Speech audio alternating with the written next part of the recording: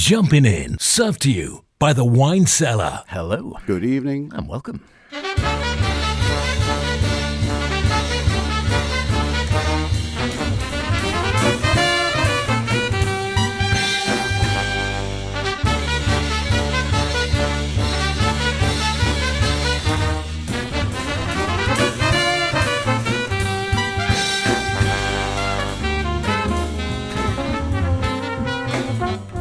And can you believe it? Here we are again, jumping in with another special, talking to another great jazzer on the British scene and further afield, Binker Golding, celebrating Jumping In, the best in modern and contemporary jazz with myself, H. And me, Chris. Yes, welcome to this week's show. As H says, another special. Gosh, we're good to you. Where else can you get this sort of treatment?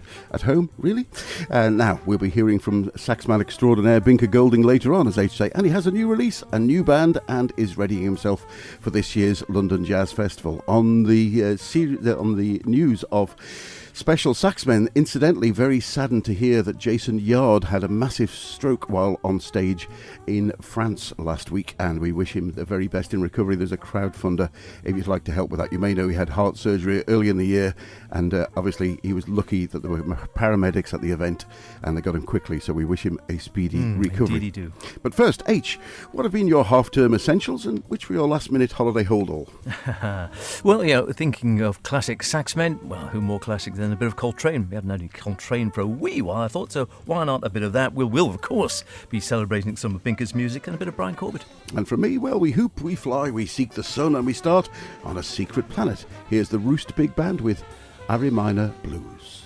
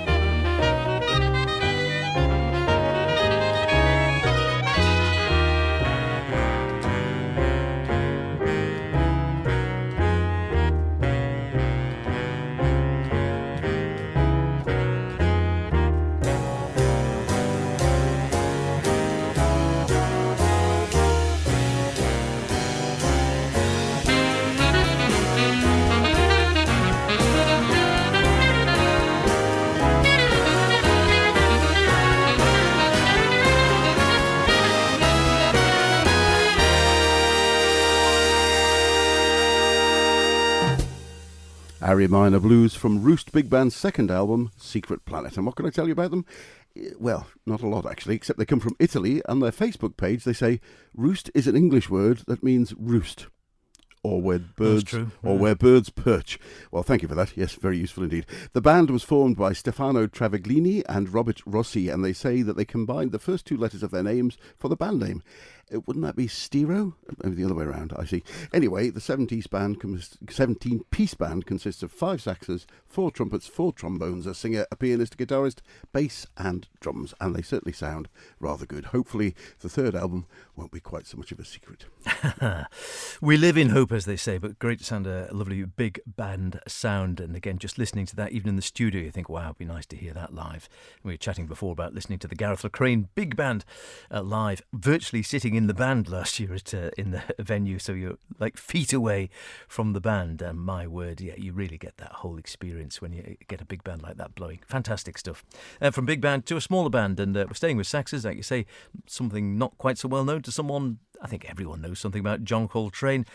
His sheets of sound, his playing with Miles, his drug addiction, his clearing himself up again, his spiritualism, his amazing talent on the saxophone, and his brilliant playing with all sorts of people, particularly with his classic quartet. Let's go back to 1959.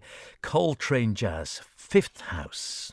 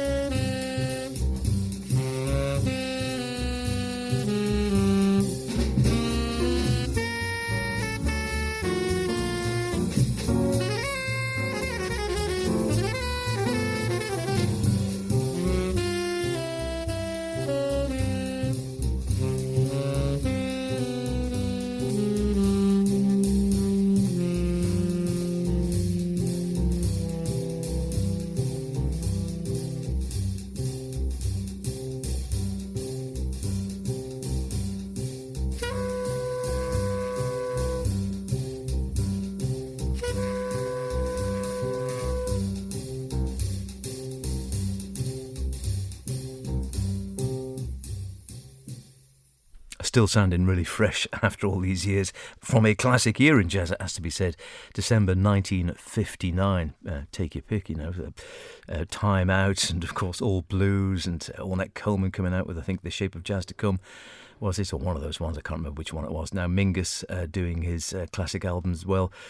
They were all in 1959, as was that one, Coltrane Jazz, like I said, recorded in New York with not his classic quartet with Elvin Jones, a little bit before that.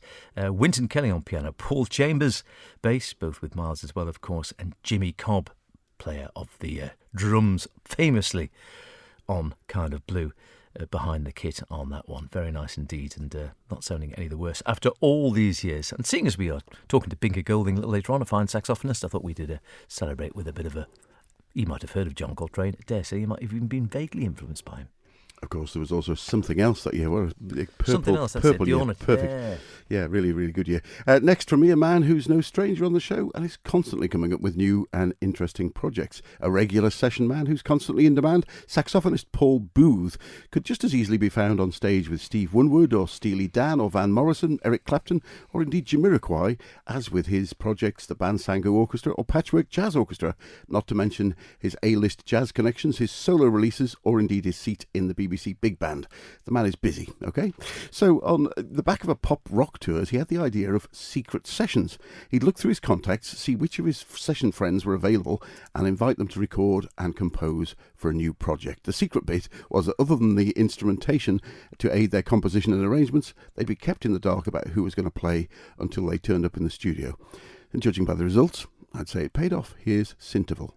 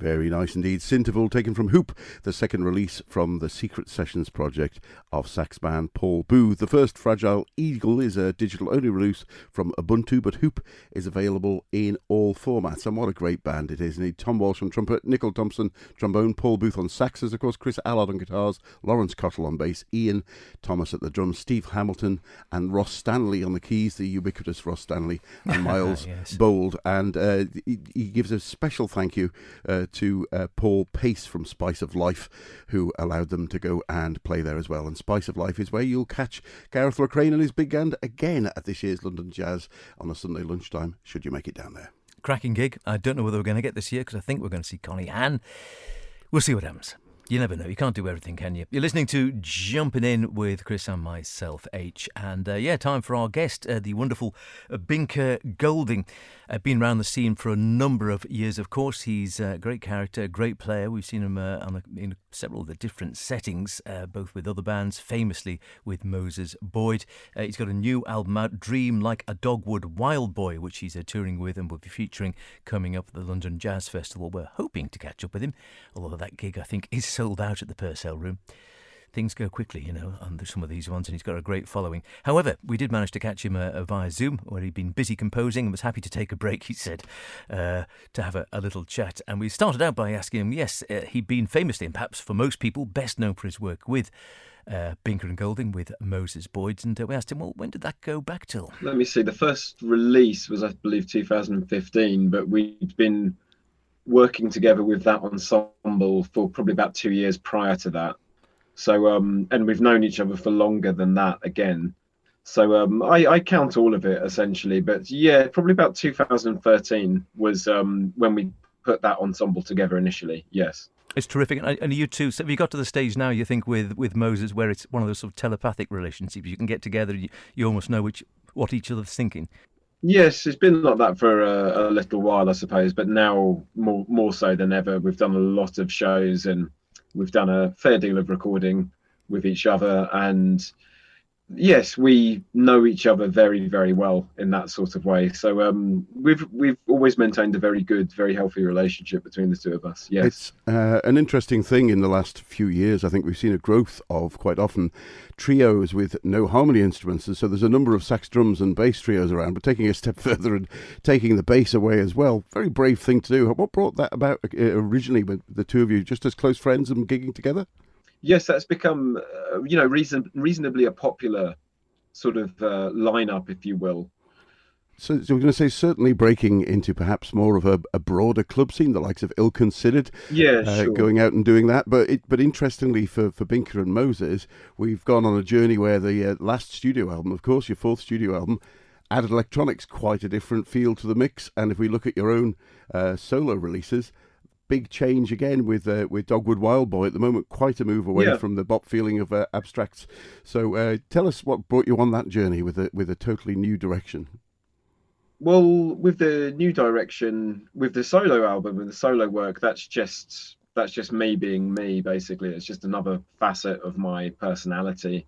I always want things to contrast in my work in the grand scheme of things. So it was inevitable to me that I wouldn't make another album, at least in around this sort of time, that was similar to Feeding the Machine, which was the album that Moses Boyd and myself had done prior. So I wanted to do something different, and I just looked at a different facet of my personality, basically, and that's what came out on that record.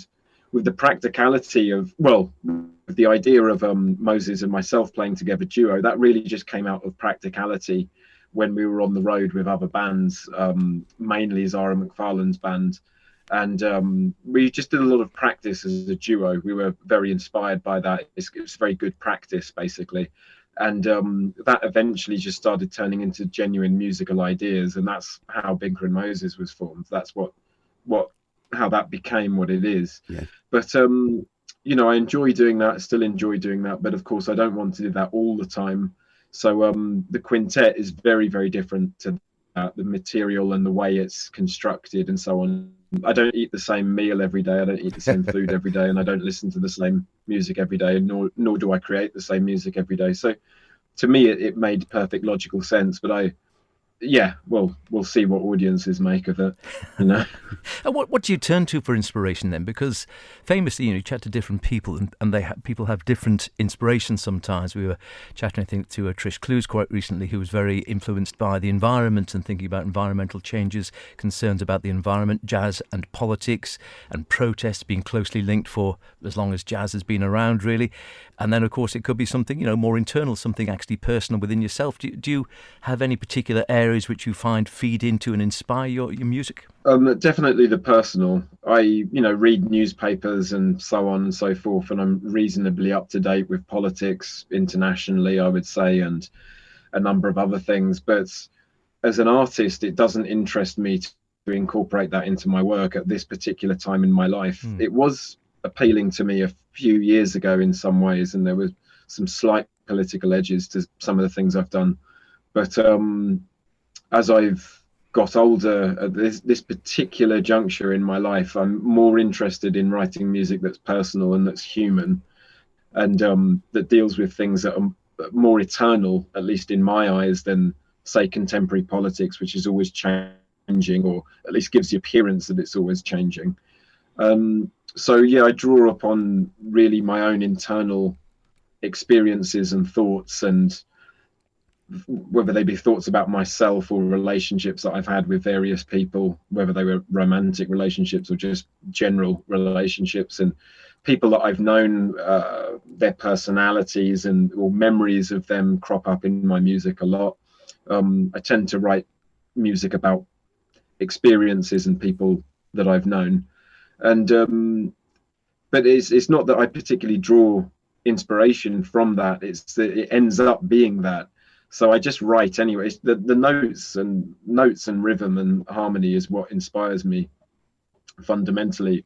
And then I get halfway through the piece of music and I realize, halfway through writing a piece, and I realize it's about something else. It's about something that's actually happened to me or something that I know. So it's the pieces more end up being about something rather than that thing inspiring them, if you see what I mean. I can't tell you how many times I've heard the term jazz is dead. And you know, that term was being used long since before I was born in 1985, and the fact that it's still being used occasionally as a term is, to me, is self-evident that it's actually not dead, because if it was, then at the initial time when people started using that phrase, jazz is dead, it would have never been used past then. It would have ended and that would have been it, and we wouldn't have to use that phrase anymore. But the fact that that phrase every kind of 10 to 15 years gets sort of resurrected, every so often, to me, is actually, it's self-evident that the contrary is true. So I think it makes sense.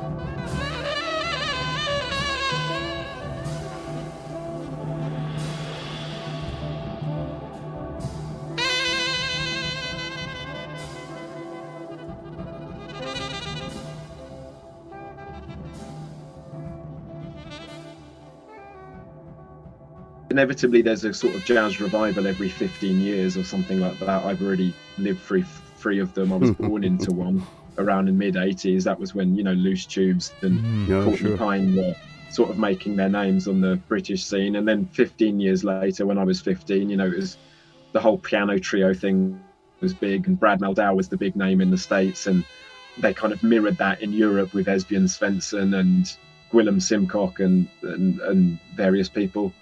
And then 15 years after that, Kamasi Washington and Robert Glasper become semi-household names, and they become successful, and that gets sort of mirrored on the European continent and in the British Isles and so on. And to me, it happens every 15 years, like clockwork, through my life anyway. And there'll be another one in 15 years from now or 10 years from now, the similar thing will happen again. And that's just show business, I think. There's nothing wrong with that. I don't sneer at that. I don't look down my nose at that.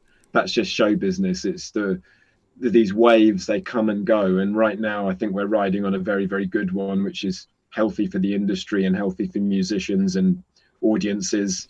And I hope it lasts. And I hope there's another wave, and I hope it's bigger than this one.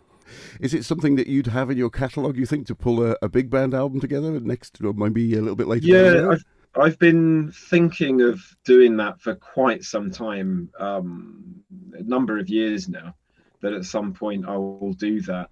I trained when I was at college. I trained in big band writing. I put together a lot of big band charts. It was something that I did quite consistently for much of my 20s, actually, and gave a number of performances with Tomorrow's Warriors with their big band and so on, and conducted that and composed music for it. And I think it is something that I'll feel the need to do, and make a recording of big band music that I've composed, probably original compositions and maybe a suite of some description.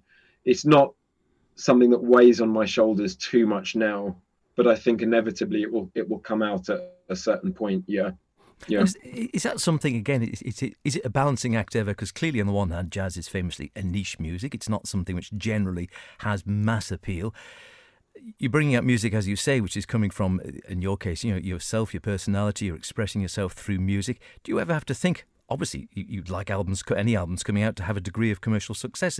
Is there ever any element of that when you're thinking about bringing an album out? How commercial is this going to be? Or is it purely about the music and you know what? The audience will decide. I do think about the commerciality of records or whether they'll be successful. But then the thing is, I don't do anything about that. So it's impossible to completely unacknowledge, how popular your music will be, or how well it fits into the zeitgeist. I mean, I can write a piece of music and I can tell you how closely it fits into a current zeitgeist or not. But the thing that I don't do is I don't engineer the pieces to fit into something. I just write, and if it fits in to what's popular and successful at this point in time, then fine, that's great. Hopefully I'll sell a lot of records. If it doesn't fit in, then fine. It's just something that I have to do.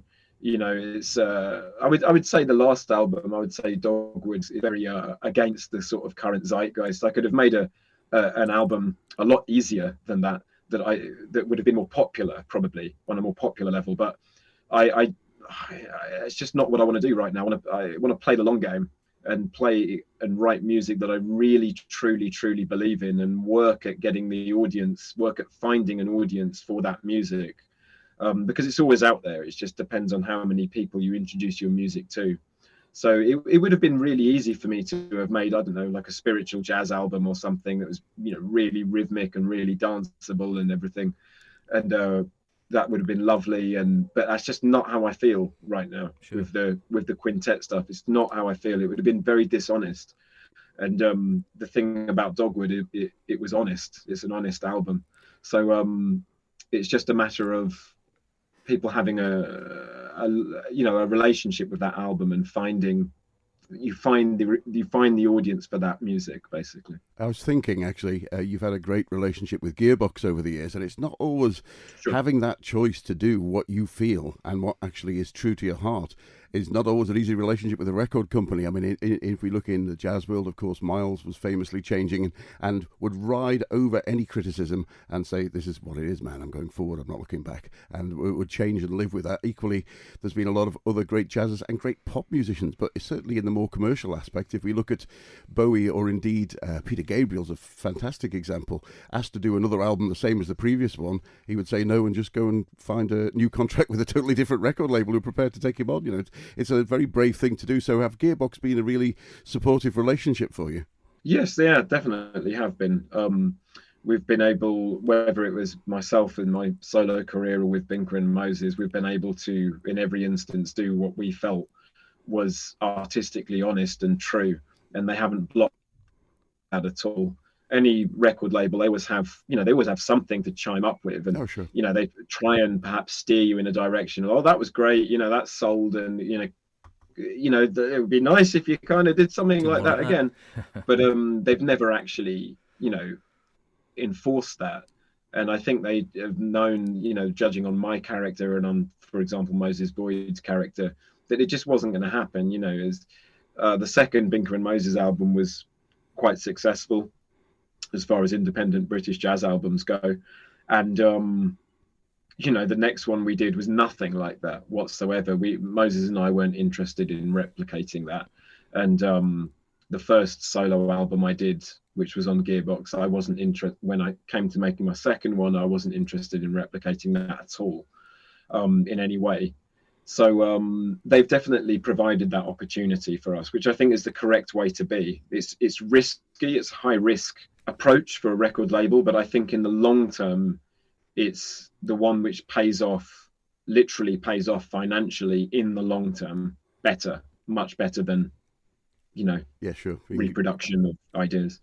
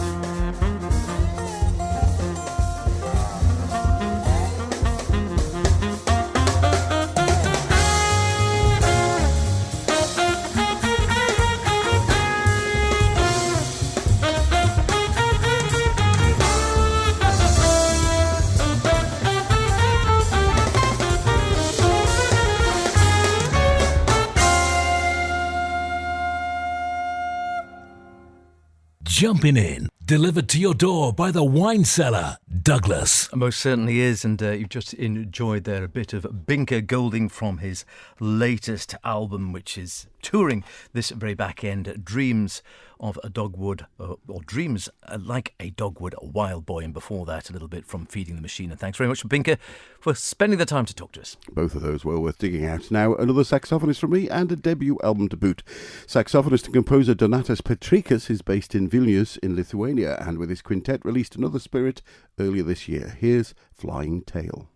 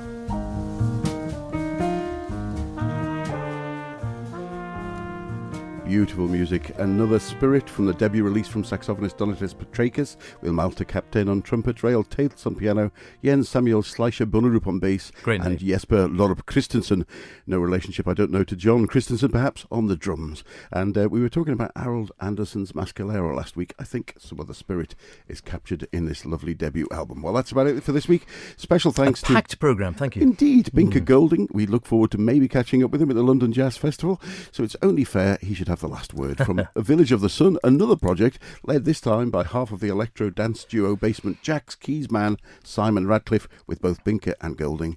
Village of the Sun, here's Ted. And apologies to Brian Corbett. You'll be in next week, Brian. Fear not. See you later. then. Bye for now.